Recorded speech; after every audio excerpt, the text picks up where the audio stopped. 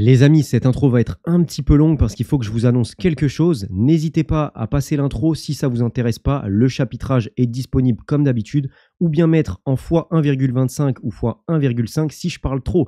J'espère que ce nouvel arc vous plaira. Bisous. Une pépite de perdu, 10 de retrouvé, c'est un dicton qu'on connaît bien en général pour consoler les cœurs des femmes ou des hommes, mais c'est un dicton qu'on peut peut-être faire fonctionner avec le LOSC, puisqu'après avoir perdu cet été Lenny Yoro, il y a une nouvelle pépite, un nouveau crack qui est en train d'exploser aux yeux du monde et qu'on a pu voir face au Real Madrid cette semaine, c'est évidemment Ayoub Boadi. Chose promise, chose due, puisque comme je vous avais dit lors du débrief de ce Lille-Real Madrid cette semaine, je ne connaissais pas le prénom de ce Boadi et je vous avais dit que j'allais faire des recherches, j'allais me pencher sérieusement sur le dossier et quand je fais ça, vous le savez, j'aime bien retransmettre tout ce que j'ai pu apprendre. Ça va me permettre également de vous annoncer quelque chose. C'est pour moi avec cette vidéo le début d'un nouvel arc sur la chaîne. Pour tout vous dire, bon, ça va être une intro peut-être un petit peu longue parce que là je vais vous expliquer quel est le projet, quelle direction va prendre la chaîne. Donc si ça ne vous intéresse pas, n'hésitez pas. Il y a comme d'habitude les chapitrages sous la vidéo et en description. Donc n'hésitez pas à passer si ça vous intéresse pas. Mais oui, effectivement, je me pose pas mal de questions ces derniers temps sur la chaîne. Quelle vidéo je dois faire? Quelle vidéo vous plaît pas? Qu'est-ce que je dois faire? Et moi j'aime bien que ce soit carré, j'aime bien savoir où je vais, j'aime pas vraiment naviguer à vue et ces derniers temps j'ai l'impression, alors à part sur le Paris Saint-Germain où c'est toujours du classique sur la chaîne comme d'habitude et le contenu vous plaît toujours autant, mais c'est vrai que sur le reste, je sais pas qu'est-ce qui plaît pas, qu'est-ce que je devrais faire et j'aime pas naviguer à vue, j'aime bien aller dans une direction et c'est vrai que je parle ces derniers temps beaucoup du Real Madrid, du Barça, de Manchester, d'Arsenal, d'autres clubs, etc. Et j'ai pas l'impression de donner une vraie plus-value, j'ai pas l'impression d'apporter vraiment de la valeur. Et surtout, j'ai l'impression de me noyer dans un océan où il y a déjà beaucoup de créateurs qui font du contenu et qui le font très bien sur ces clubs-là. Et je sais qu'il y en a beaucoup qui m'ont déjà parlé de faire du contenu sur des clubs de Ligue 1, des clubs un peu moins prisés, etc., un peu moins populaires. Et je peux l'entendre. Et sincèrement, je pense qu'aujourd'hui, je me satisferais plus à faire du contenu et j'aurais plus l'impression d'apporter de la valeur en parlant de clubs et de joueurs qui sont un peu moins connus. Et moi, vous le savez, mon championnat de prédilection, c'est la Ligue 1. C'est d'ailleurs pour ça que je vous ai posé la question dans l'onglet communauté pour savoir quel championnat vous préférez parce que j'avais besoin de savoir si vous étiez comme moi et à la grande majorité vous êtes comme moi, c'est la Ligue 1, le championnat que vous suivez le plus et que vous préférez et du coup ça me permet de me conforter dans ma décision dans laquelle je vais évidemment continuer à parler toujours autant du Paris Saint-Germain mais du coup on va beaucoup parler de Ligue 1 et on parlera un petit peu plus de ces clubs-là qu'on ne met pas assez en avant et où il y a beaucoup moins de sujets, que ce soit Strasbourg, que ce soit le LOSC, que ce soit le Stade Rennais, d'autres clubs en Ligue 1 qui n'ont pas la chance d'avoir des créateurs de contenu dessus et du coup voilà, je suis pas l'abbé Pierre non plus, mais c'est vrai que je suis un fan absolu de football et surtout de la Ligue 1 depuis que je suis petit. J'ai beaucoup de connaissances sur la Ligue 1. Vous avez pu voir à travers mes vidéos dessus que effectivement, il y a la passion déjà de la Ligue 1 et des connaissances également. Donc c'est avec un grand plaisir que je vais partir sur un nouvel arc Paris Saint-Germain et également, évidemment, toute la Ligue 1. Donc voilà, j'espère que ça vous plaira. N'hésitez pas à me dire en commentaire et surtout, n'hésitez pas à me dire dans le sondage du coup de Ligue 1, vos clubs, les clubs que vous préférez, les clubs que vous suivez pour savoir un petit peu quel échantillon j'ai sur la Ligue 1. Allez, on est parti sur une petite vidéo pour parler d'Ayoub Boadi et pour que vous puissiez en savoir autant que j'en ai appris sur ce petit joueur. C'est parti, let's go.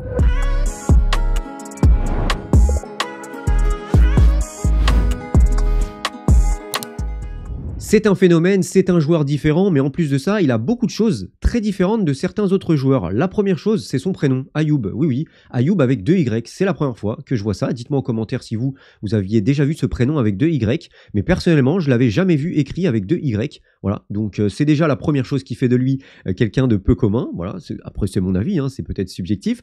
Et la deuxième chose, c'est qu'il n'a pas Instagram. Oui, il n'a pas Instagram, c'est assez rare aujourd'hui pour un joueur de son âge, où ces jeunes joueurs ont grandi dans l'époque des réseaux sociaux. Donc c'est vrai que ne pas avoir Instagram, c'est assez rare. J'en ai fait les frais puisque je l'ai suivi sur Instagram, j'ai vu qu'il avait que 3000 abonnés. Et puis finalement, il y a une story qui est sortie hier ou avant-hier qui disait que c'était un faux compte. Voilà, ce n'était pas son compte et que du coup, il allait se créer, je crois, un compte officiel histoire de justement de pas avoir de faux comptes. Donc c'est vrai que c'est assez rare quand même pour un jeune joueur de pas avoir Instagram. Bon, la troisième chose, c'est qu'il nous a ébloui face au Real Madrid, évidemment, et ça, c'est quand même peu commun pour un gamin de son âge, sur une première titularisation en Ligue des Champions et une des toutes premières titularisations avec le LOSC, face au Real Madrid, avec quand même un sacré milieu de terrain de titulariser sur la pelouse. il a fait une performance XXL et il est ressorti comme un des tout meilleurs joueurs sur la pelouse. C'est fort et c'est pas donné à tout le monde, surtout vu son âge, parce que la troisième ou quatrième chose, je me perds dans les points, c'est qu'il fêtait son anniversaire le 2 octobre, le jour de ce match face au Real Madrid, si je dis pas de bêtises. Il a eu tout juste 17 ans, donc ça montre encore plus la grandeur de cette performance. Et la dernière chose, c'est quelqu'un de très éloquent. Oui, oui, il a remporté un concours d'éloquence à l'échelle nationale, si je dis pas de bêtises. Il est arrivé premier. Voilà, c'est quelque chose quand même qui est à mettre à son crédit. Et ça montre quand même, déjà, une maturité avancée, forcément. On le voit sur le terrain, mais du coup, on le voit aussi en dehors. Et c'est quand même assez rare pour un jeune de son âge d'être premier à un concours d'éloquence, de ne pas être sur les réseaux. Je trouve que ça en dit long quand même sur sa manière de grandir, de voir la vie, de se divertir. Et à son âge, je trouve que ça en dit long. Pourquoi? Parce que je trouve que ça montre de la personnalité. Se mettre en avant comme ça devant des camarades qui pourraient rire de toi, je pense qu'on en a tous souvenir à l'école, rien qu'en cours d'anglais par exemple, au collège ou au lycée, quand tu parlais à voix haute comme ça devant tout le monde en anglais, tu te tapais un peu la honte. Et pour peu que tu faisais un bel accent anglais, tout le monde se foutait de ta gueule. Donc je trouve ça fort et je trouve ça, c'est un moyen de s'affirmer, de montrer qu'il est capable de s'affirmer, de pouvoir assumer comme ça devant les autres et voilà, de participer à des concours pareils alors que certains pourraient avoir un regard assez moqueur. Donc franchement, ouais, ça en dit long, je trouve, et c'est une très bonne chose pour le coup qu'on peut mettre à son crédit. Bon, maintenant, on va quand même se concentrer sur l'essentiel. On va revenir sur le terrain avec, pour commencer, une petite présentation. Voilà, je vous ai fait des petits visuels. On va apprendre à connaître bien, en profondeur, ce Ayoub Boadi, parce que je pense que après sa performance face au Real, quand même, il en a ébloui plus d'un et il a attiré la curiosité. D'ailleurs, on peut voir sa valeur marchande. Dernier changement le 3 juin 2024. En règle générale, il y a des changements à peu près tous les 4-6 mois. Donc, je pense qu'il y aura une mise à jour très très bientôt, vers novembre-décembre. J'ai hâte de voir la valeur marchande qui va augmenter d'Ayoub Boadi. Mais à mon avis, on sera proche des 20 millions, 25 millions d'euros, voire peut-être plus d'ici là s'il continue sur cette lancée. Mais voilà, 6 millions en juin. Bon, là, je pense que ça va bien augmenter. Du coup, voilà, comme je vous disais, naissance le 2 octobre 2007. Donc, il vient d'avoir tout juste 17 ans. Il les a fêtés face au Real. 1m85, milieu central. C'est un joueur qui est capable d'évoluer en 6 et en 8 avec une très très belle qualité technique et un gros volume de jeu. Nationalité française, c'est très important parce qu'il va y avoir un chapitre là-dessus juste après. Joueur actuel en France U20. Voilà. Et il a un contrat jusqu'en 2027. Il a prolongé là il y a quelques temps, il y a quelques mois. Si je dis pas de bêtises, il avait un contrat à la base jusqu'en 2026. Et désormais, il est lié avec le LOSC jusqu'en 2027. Ensuite de ça, on peut le voir donc. C'est aussi pour ça qu'on l'a découvert là seulement face au Real Madrid, tout simplement parce que en Ligue 1, vous pouvez le voir, 17% de 11 de départ et 17% des minutes jouées. Donc il y a eu très très peu de minutes jouées pour Ayoub Boadi sur ses 5 premiers matchs de Ligue 1. Très très peu de minutes, alors que regardez en Ligue des Champions, donc forcément grâce à cette titularisation, il a 64% des minutes jouées sur ces deux matchs-là avec 50% de 11 de départ, donc titulaire sur le deuxième match. Face au Real, bon, on peut penser que les minutes jouées vont remonter, vont vraiment monter là en Ligue 1, vu ce qu'il a montré. Je pense qu'il a montré qu'à son âge, malgré son âge, il est très mature pour déjà jouer en Ligue 1. Par contre, en Ligue 1, il a battu des records. Il a battu un record l'année dernière en affrontant Brest. Il était le plus jeune joueur à avoir débuté en Ligue 1 à 16 ans et 6 mois, si je ne dis pas de bêtises, quelque chose comme ça. D'ailleurs, le LOSC est coutumier du fait, puisque si on regarde le top 10 aujourd'hui, à ce jour, Ayoub Boadi est le plus jeune joueur à avoir débuté à 16 ans et quelques. Et puis à la 6e place se trouve Lenny Yoro et à la 10e place se trouve Aaron Malouda. Voilà, ça a peut-être bougé d'ici là parce que les clubs font jouer des jeunes de plus en plus rapidement. Donc ça a peut-être bougé d'ici là, mais si je dis pas de bêtises, le classement en est toujours là avec Ayoub Boadi premier, Lenny Yoro 6e et donc Aaron Malouda, le fils de Florent Malouda, si je dis pas de bêtises, qui est donc 10e. Il a également battu un record en Coupe de France où il a démarré titulaire l'année dernière. Je sais plus contre quel club, c'était un petit club, je crois, de National. Il est le plus jeune à avoir commencé en tant que titulaire en Coupe de France. Il est également le plus jeune à avoir pris un carton rouge. C'était le match d'après face à Brest, si je dis pas de bêtises. Ça, c'était face à Montpellier. Du coup, ce carton rouge, voilà, il est le plus jeune à avoir reçu un carton rouge. Ça montre qu'il a encore évidemment des progrès dans sa gestion des émotions, dans sa gestion d'un match. Mais ça montre qu'il a du caractère, le bonhomme, et il se laisse pas marcher dessus. Donc voilà, ça dépend comment on le prend. Il est également très précoce puisque, comme je vous le disais, il a pour l'instant suivi les classes en équipe de France, et ça c'est avec les U18, si je dis pas de bêtises. Les U18 de l'équipe de France, je voulais entourer, et là d'ailleurs il a été donc convoqué. Ayoub Boadi est sélectionné en équipe de France U20 pour la première fois. C'est une news qui est sortie donc le 3 octobre. Je vous mets ça, on en parlera après. Et comme vous pouvez voir, je vous ai mis un petit logo du Maroc juste en haut à droite. Tout simplement parce que Ayoub Boadi, il faut savoir qu'il a la double nationalité. Donc pour l'instant, il est en jeune, donc il a encore le choix. Peu importe qu'il ait fait toutes les classes de jeunes ou pas, il peut encore faire le choix de la sélection marocaine. C'est au moment où tu as fait un match en A avec l'équipe A, quoi, l'équipe A, voilà, il n'y a pas d'autre mot en fait, que là tu ne peux plus faire demi-tour.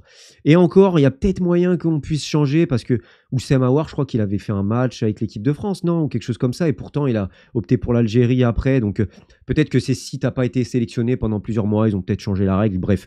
En tout cas, voilà, le fait que là, il soit en classe avec les A, ça ne change rien. Avec les U20, pardon, ça ne change rien.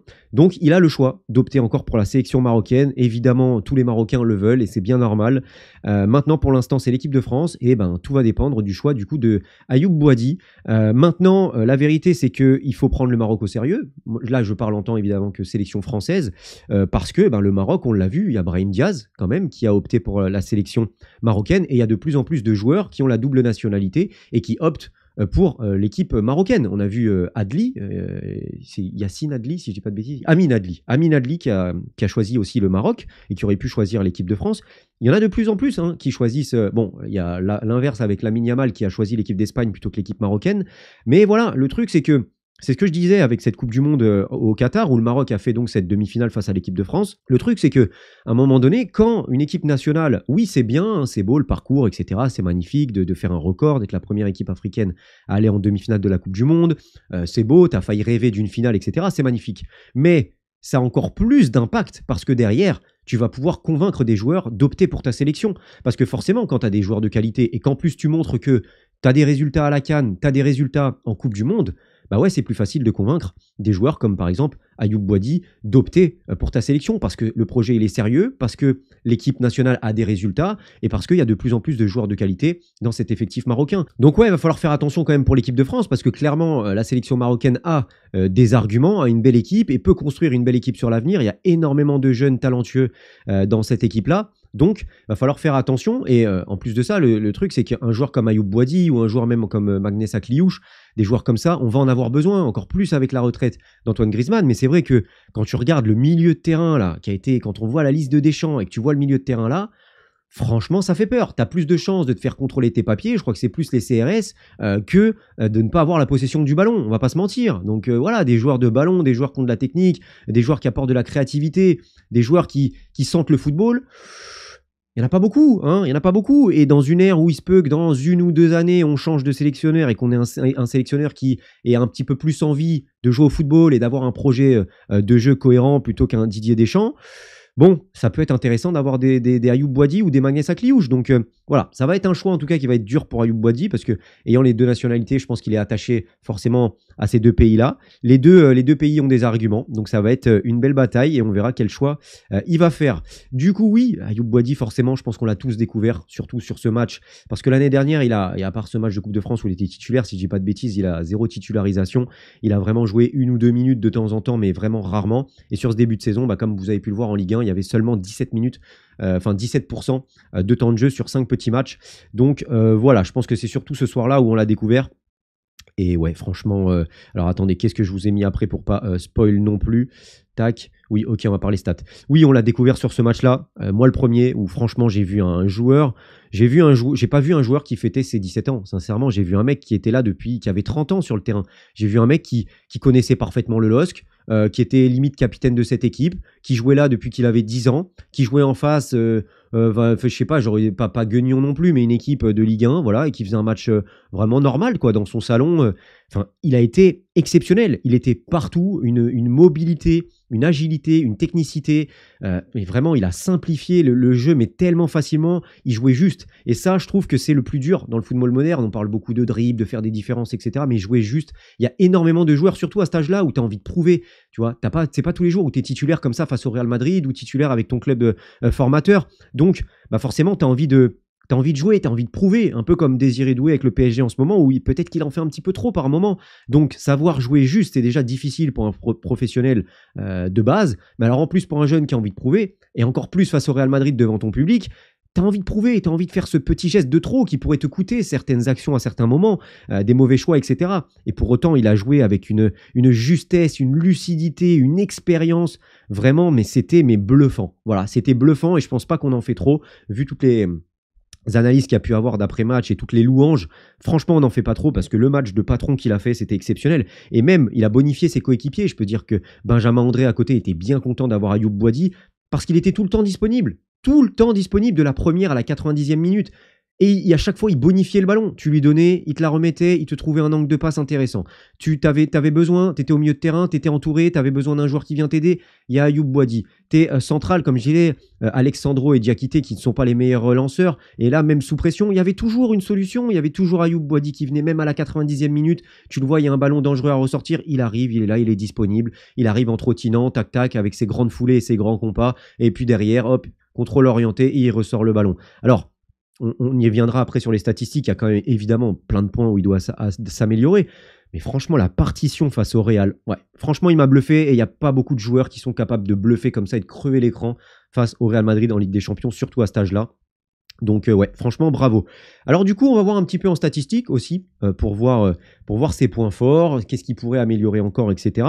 Et alors, franchement, vous le savez, moi j'aime beaucoup FBref, etc. C'est quelque chose qui montre pas mal au niveau des statistiques et qui ressort certains points forts et points faibles. Là, quand on voit ça, bon, on a connu plus vert, on va pas se mentir. Mais moi, ce qui m'intéresse surtout, ça va être déjà ces 3 stats en vert, les passes décisives, les passes tentées, les pourcents de passes réussies, les dribbles réussis, mais surtout d'aller un peu plus en profondeur. Ayoub Boadi en statistiques, donc, on va pouvoir voir pas mal de choses dans sa palette, et notamment toutes ces stats-là qui sont basées surtout, voire quasiment que sur les passes. Et comme vous pouvez voir, avec les passes réussies, c'est un joueur qui réussit beaucoup de passes alors qu'il en tente beaucoup. On peut le voir, la deuxième ligne, passe tentée, il est dans le top 12%, et pourtant, passe réussie, il est dans le top 8%.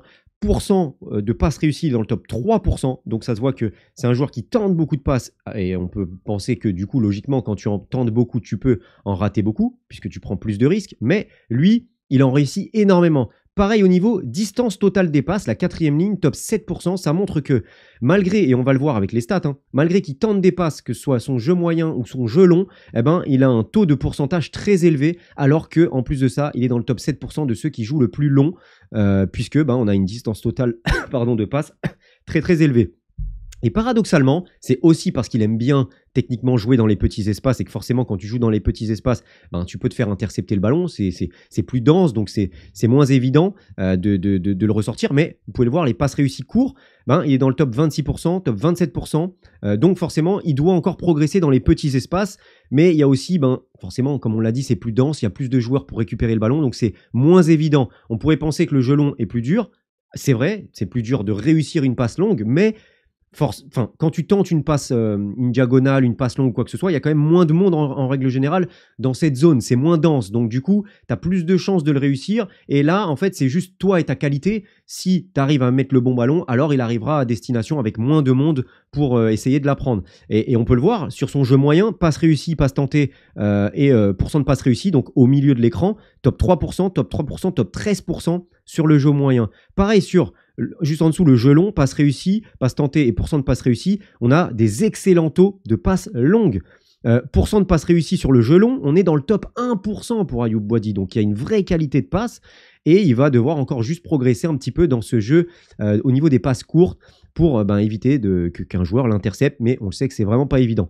En plus de ça, il est dans le top 10% au niveau des passes décisives, donc il est déjà influent dans le dernier tiers, et ça c'est fort pour un joueur qui joue quand même bas sur le terrain, et on le sait avec le LOSC, il y a quand même beaucoup de joueurs offensifs, un 10, 2 ailiers, un attaquant, des latéraux très offensifs.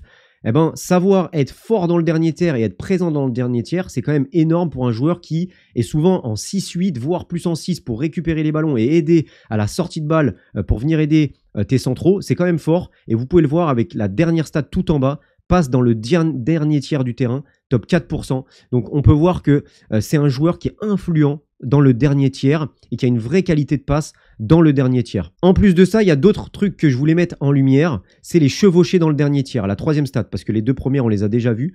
Les chevauchés dans le dernier tiers, top 5% des milieux. Donc c'est là que tu vois que Il a un volume de jeu extraordinaire. Il est présent derrière pour aider et pour remonter les ballons. Il est capable de les remonter tout seul. Il est présent au milieu de terrain pour aider les coéquipiers et il est également capable de remonter les ballons devant, de trouver des passes intéressantes devant et dans le dernier tiers. Et ça, c'est fort par la course, par la passe. Et ça, c'est fort. Il est partout sur le terrain. Voilà. En gros, il est partout sur le terrain. Et en plus de ça, on peut voir que au niveau des passes reçues, donc c'est au milieu, la dernière stat, là, au milieu, passes reçues top 7%. Ça veut dire que c'est un des milieux de terrain qui reçoit le plus de ballons.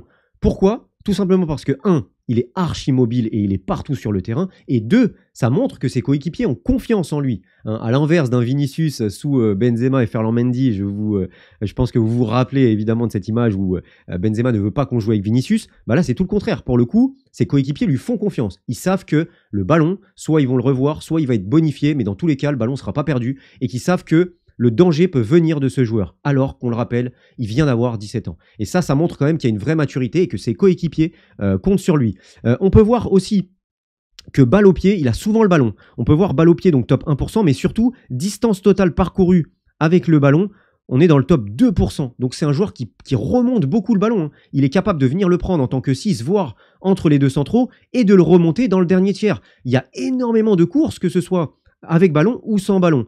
Et du coup, il ressort complètement sur ses stats. Distance parcourue vers l'attaque en portant la balle. Pareil, c'est bien beau, horizontal. Mais non, lui, c'est vertical. C'est en portant la balle vers l'attaque. Top 11%. Pareil au niveau des dribbles, c'est un bon dribbleur, surtout sur ce crochet. Il a vraiment un crochet, vu qu'il a des grands compas. Il est capable de mettre un vrai bon crochet et avec ses grands compas de se ramener le ballon. Et un petit peu comme Paul Pogba faisait. Du coup, il est dans le top 15%. Et surtout, au niveau des fautes provoquées, on voit qu'il provoque énormément de fautes. Preuve que il est capable de garder le ballon et il est capable de faire de bons dribbles parce qu'il est dans le top 12%, voilà, des milieux de terrain qui provoquent le plus de fautes. En résumé, on a quand même un joueur qui est déjà très très mature pour son âge, que ce soit en dehors du terrain ou sur le terrain, ce qu'il fait avec ballon, sans ballon. C'est extraordinaire, le volume de jeu déjà qu'il a aussi techniquement, aussi sa qualité de passe, jeu court, jeu long, jeu moyen. Franchement, il a énormément de qualité et surtout énormément de potentiel. Il se peut vraiment qu'il quitte le LOSC très très rapidement parce qu'à mon avis, déjà dès cet été, il va y avoir beaucoup de monde dessus, un peu à l'image de Lenny Yoro cet été. Donc voilà, ça va être intéressant à suivre également, forcément son choix. Est-ce que ce sera l'équipe de France? Est-ce que ce sera le Maroc? Mais j'ai hâte de continuer à le voir évoluer et grâce à ce match face au Real, on va pouvoir le voir beaucoup plus en Ligue 1. Et ouais, il me tarde de pouvoir continuer à voir Ayoub Boadi. J'espère que cette vidéo vous aura plu. Si c'est le cas, n'hésitez pas à liker et à me dire en commentaire aussi s'il y a des petits joueurs que vous voulez que je fasse une vidéo, peut-être un petit Ileni Kena à Monaco. Si vous avez des idées, n'hésitez pas à me le dire en commentaire. Et puis voilà, on se retrouve très vite pour une nouvelle vidéo. D'ici là, portez-vous bien et surtout, n'oubliez pas d'être heureux. Ciao.